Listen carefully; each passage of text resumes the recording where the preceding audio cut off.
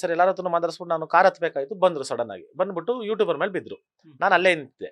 ಏನ್ ಮಾಡ್ತಾವ್ರು ನೋಡೋಣ ಅಂತ ಸುಮ್ನೆ ನಿಂತಿದ್ದೆ ನಾನು. ಮಾತಾಡೋ ಭರದಲ್ಲಿ ಏನಾಗೋಯ್ತು, ನನ್ನ ಅಲ್ಲೇ ನಿಂತಿದ್ದಾಗ ಈ ಕಡೆ ಒಬ್ರು ಹೇಳಿದ್ರು. ಹೇಳಿದ್ಬಿಟ್ಟು, "ಸರ್ ನೀವು ಕೂತ್ಕೊಳ್ಳಿ, ಬನ್ನಿ ಕಾರ್ ಒಳಗೆ ಕೂತ್ಕೊಳ್ಳಿ." "ಒಂದ್ ನಿಮಿಷ ರೀ, ಏನ್ತಿಕೆ ಏನಾಗ್ತಾ ಇದೆ?" ಅಂತ. "ಇಲ್ಲ ಸರ್ ನೀವು ಬನ್ನಿ, ನಿಮ್ಗೆ ಅರ್ಥ ಆಗಲ್ಲ, ನೀವು ಫಸ್ಟ್ ಕಾರಲ್ಲಿ ಕೂತ್ಕೊಳ್ಳಿ." ಇರಪ್ಪ ಒಂದ್ ನಿಮಿಷ ಏನು ಅಂತ ತಿರ್ಗಷ್ಟಲ್ಲಿ ದಬ ದಬ ದಬ ಅಂತ ಬುದ್ತು ಒದೆಗಳು ಅವ್ರಿಗೆ. ತುಂಬಾ ಕೆಡ್ದಾಗ ಹೊಡೆದ್ರು. ಸರಿ ನಾನು ಏಂತ ಕುಡಿತಾ ಇದ್ದೀರಾ, ಒಂದ್ ನಿಮಿಷ ಇರೋ ಮಾತಾಡೋಣ, ಏಂತ ಕುಡಿತಾ ಇದ್ದೀರಾ ಅಂದ್ರೆ, ಅವರು ಕಾರಲ್ಲಿ 4-5 ಜನ ಬಂದು ಕಾರಲ್ಲಿ ದಬ್ಬಿಟ್ಟು ಬಾಕ್ಲ ಹಾಕ್ಬಿಟ್ಟು ಡೋರ್ ಹತ್ರ ನಿಂತ್ಕೊಂಡ್ಬಿಟ್ರು. ಆಮೇಲೆ ನನ್ನ ಫ್ರೆಂಡ್ಸ್ ಇದ್ದವ್ರು ಏನ್ ಮಾಡಿದ್ರು, ಅವ್ರು ಹೊಡೆಯಕ್ ಸ್ಟಾರ್ಟ್ ಮಾಡಿದ್ದಾರೆ. ಅದು ಚೆನ್ನಾಗಿ ಕಾಣಿಸಲ್ಲ, ಆಮೇಲೆ ಅದ್ರ ಮೇಲ್ಗಿದ್ ಕೈ ಬಿತ್ತು ಅಂದ್ರೆ ತಪ್ಪಾಗುತ್ತೆ, ನೀನ್ ಫಸ್ಟ್ ಹತ್ತು ಗಾಡಿ ಅಂತ ಕೂಡಿಸ್ಬಿಟ್ರು ನಾನು.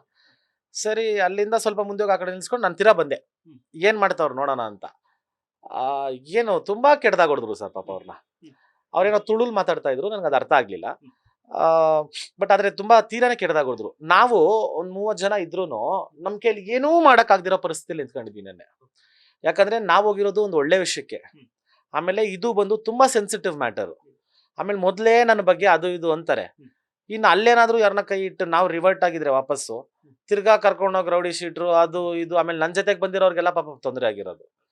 ಎಲ್ಲ ಮನ್ಸಲ್ಲಿ ಇಟ್ಕೊಂಡು ಏನೂ ಮಾಡಕ್ ಆಗ್ದಿರೋ ಪರಿಸ್ಥಿತಿಲಿ ನಾನು ನಿಂತ್ಕೊಂಡ್ವಿ ನಾವು, ಸತ್ಯ. ಆಮೇಲೆ ನನಗನ್ನಿಸ್ತು, ಇಲ್ಲ ಅಟ್ಲೀಸ್ಟ್ ಪೊಲೀಸರ್ಗನ್ನ ಹೇಳೋಣ ಅಂದ್ಬಿಟ್ಟು ಸ್ವಲ್ಪ ಮುಂದೆ ಹೋದ್ರೇನೆ ಪೊಲೀಸ್ ಸ್ಟೇಷನ್ ಇದ್ದಿದ್ದು ಲೆಫ್ಟ್ ಸೈಡ್ ಅಲ್ಲಂತೆ.